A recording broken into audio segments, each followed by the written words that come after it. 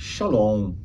Quando nós olhamos para o Velho Testamento, vemos a história do povo hebreu, de como Deus os tirou com o braço poderoso, trouxe a manifestação da sua glória ante os olhos deles, não apenas nas pragas que vieram para que eles fossem libertos do Egito, mas durante a caminhada no deserto, quando Deus dá a eles água doce quando só havia água amarga, quando Deus faz descer pão do céu, quando o Senhor se mostra no alto do monte com a sua glória e o monte fumegava, tremia ante a sua presença.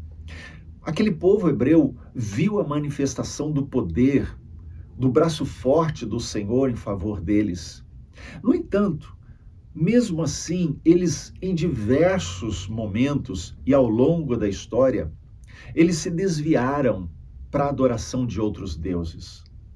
Essa mudança de ver o poder de Deus, adorar o Senhor e ao mesmo tempo se desviar, não acontecia de uma hora para outra. Não era um estalar de dedos.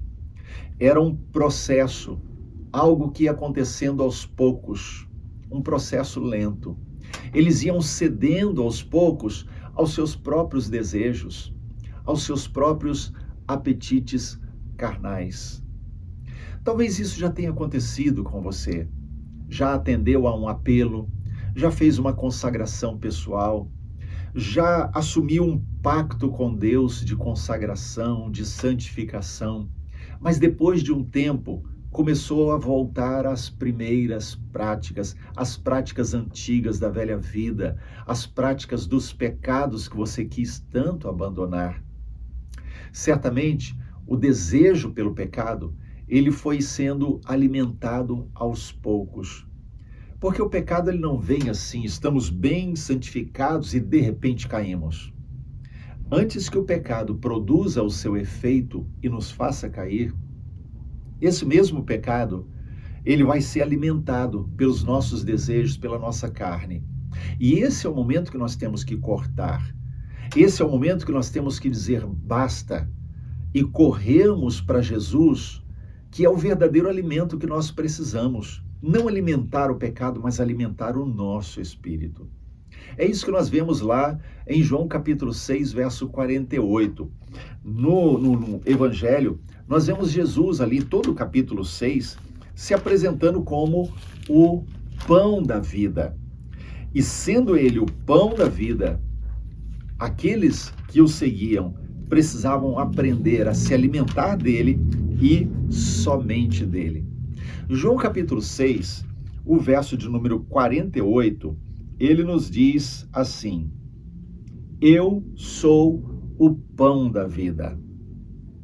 É a primeira coisa. Depois ele segue dizendo: vossos pais comeram maná no deserto e morreram. Esse é o pão que desce do céu, para que todo aquele que dele comer não pereça. Eu sou o pão vivo que desceu do céu.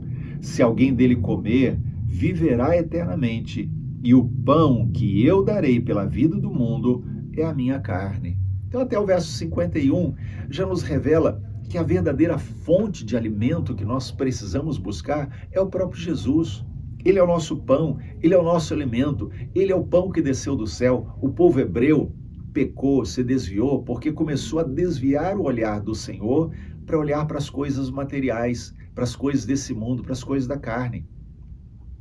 Ao invés deles elogiarem porque o Senhor mandou o Messias, o verdadeiro pão que desce do céu, eles olhavam para o pão físico que o povo comeu enquanto caminhava no deserto. Nós precisamos de quebrantamento. Precisamos de quebrantamento porque os nossos olhos têm se desviado do eterno para o temporal.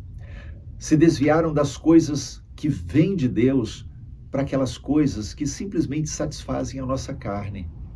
Precisamos sim buscar a palavra de Deus em quebrantamento, porque só Deus pode nos alimentar e nunca mais termos fome.